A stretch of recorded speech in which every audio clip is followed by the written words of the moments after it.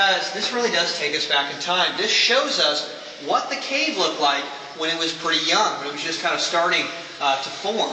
Because this used to be the main passageway of the cave, this right here. But at one time it must have gotten plugged up because the ancient stream that you can see on the ceiling, you can kind of see the stream here, it changed directions. It used to be going, you guys hear that? I don't know what that was.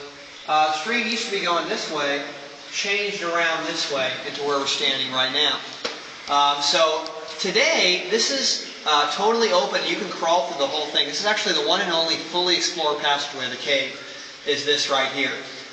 So it gives us a good look into what the cave looked like when it was starting. Basically, the whole cave looks something like this at one time. A little shallow tunnel right by the ceiling. So it's pretty cool to imagine. I want to point out, we actually named this formation the Tooth. Kind of looks like a giant tooth. When we have kids in here, I usually ask them what they think it looks like because they have great imaginations, right? And one kid said it looked like a cocoa bean, which was kind of random, but I think he was just very in the mood for chocolate, probably. But another kid thought it looked like a pair of angel wings, which I think is kind of cool. But this formation, it started out as a little group of soda straws and has now grown into this massive stalactite you see today. It's pretty cool to see it up close and personal here.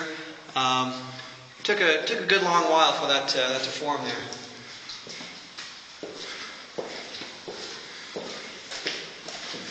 Right here is actually my favorite.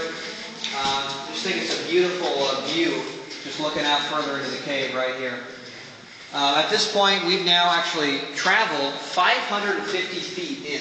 So we've got a pretty good ways. There's a good amount of earth above our heads. I'm not exactly sure how much. The rest of it on the wall, that's actually chert that's been discolored, or flint.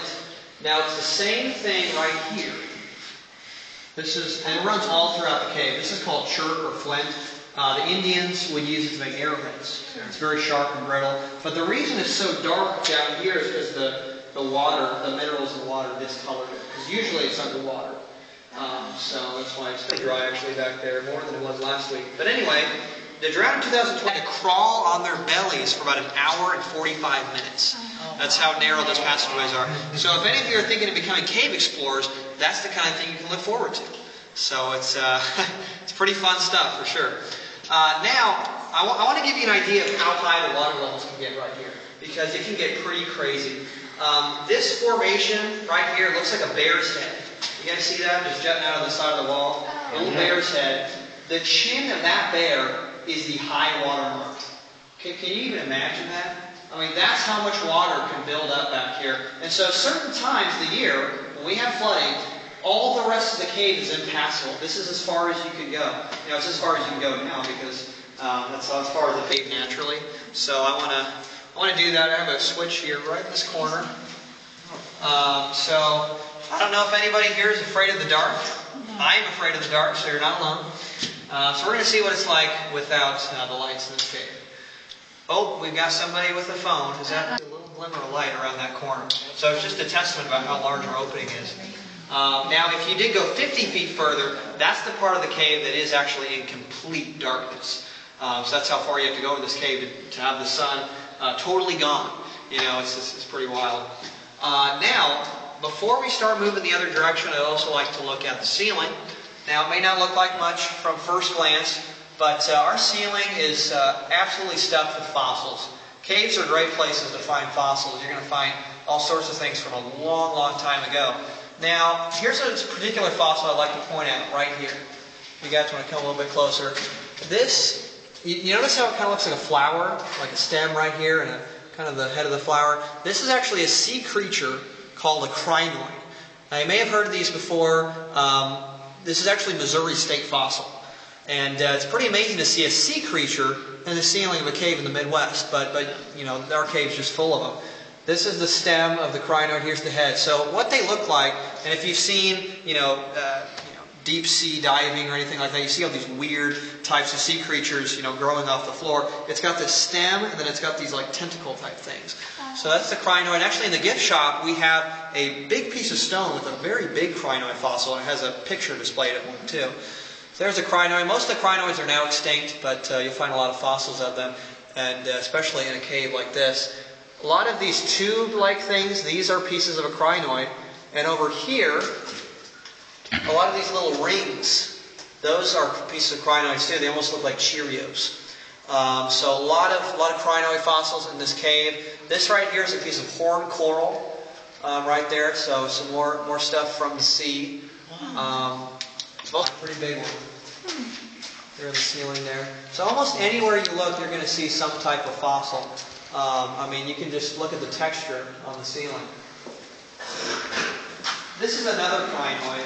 We just got so many of them. This one's also pretty intact, and it's bigger.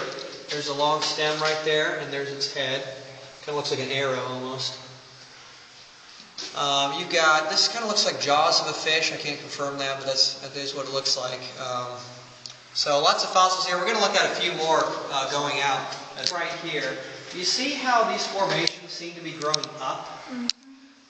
These are called halectites. To this day, scientists still can't figure out how on earth this is possible.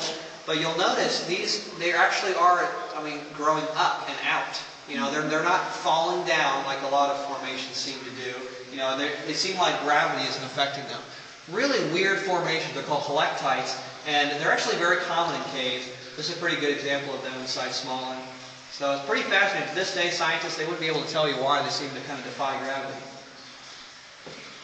This here in the ceiling, it's not exactly a pearly white. This is a sharp tooth. This is a sharp tooth. It's this little dark thing right here, sticking out of the ceiling. This is from a shell crusher shark. These sharks are now extinct. But you'll notice that the tip of it is pretty dull. It's not very sharp. That's because they just need to crush the shells of their prey and eat what's inside. So there's this tooth right there. This is actually one of several shark teeth we found in this cave. This is usually the easiest one to spot. But first, this is from some kind of sea worm, some kind of ancient sea worm. It's pretty huge. This is technically this kind of fossil. It's called a worm burrow. So, long story short, this worm, very large worm, was crawling through the sediment, and it left its journey forever immortalized in the ceiling of our cave. So, pretty awesome fossil. Probably the most level fossil we've got in this cave. We got some of our little soda straw formations, or like little infant stalactites. You may have seen these before in some other caves. They're called soda straws because you can literally break one off and drink soda with it. They're just like straws, totally hollow. Still dripping water from the center of it. This is, some of these bulk out, turn into beehive formations. Still totally hollow, dripping water there. So.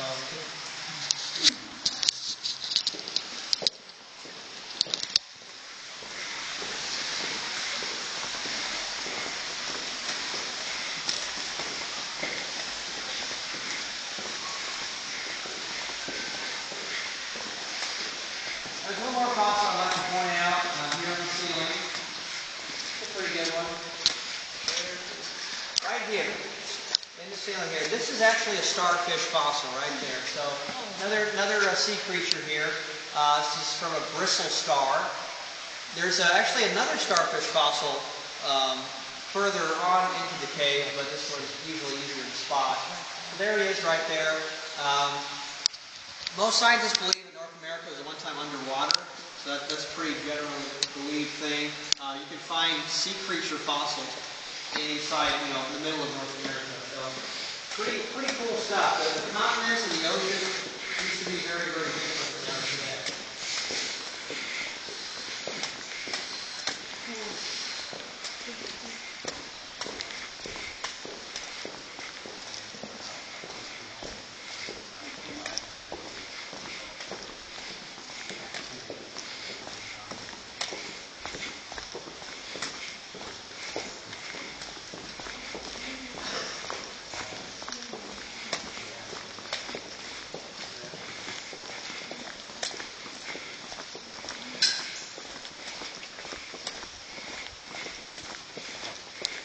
Fast outside the cave. Yeah, I don't know how. Oh, glad you like it. Yeah.